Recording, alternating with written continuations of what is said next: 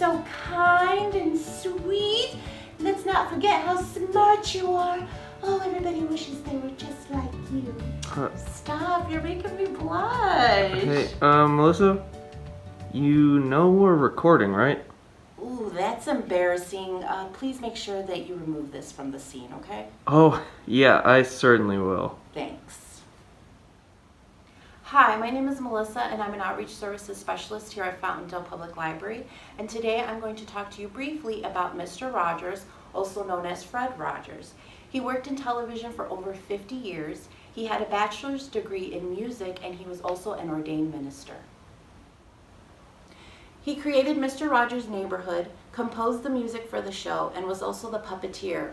Mr. Rogers' Neighborhood aired from 1968 to 2001. Fred hosted over 895 episodes over 31 seasons. I remember watching Mr. Rogers when I was a child. He made me feel like I was part of his neighborhood, part of his family. He taught us that we are all different and that's okay. That's what makes us special. He showed a kindness to everyone. The show taught us to love and be compassionate towards others. We learned about our community helpers. Mr. Rogers wasn't afraid to talk to children about difficult subjects like divorce and even death. I happened to see this book on display at our library and I started flipping through all the pages. It brought back a lot of good memories. It's a really cool book because it takes you behind the scenes of Mr. Rogers' Neighborhood.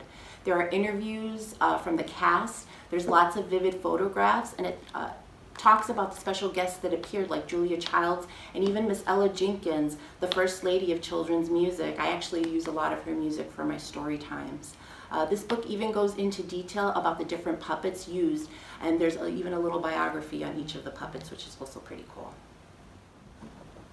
There are so many books and movies on Mr. Rogers. Daniel the Tiger's Neighborhood is based on Mr. Rogers' Neighborhood.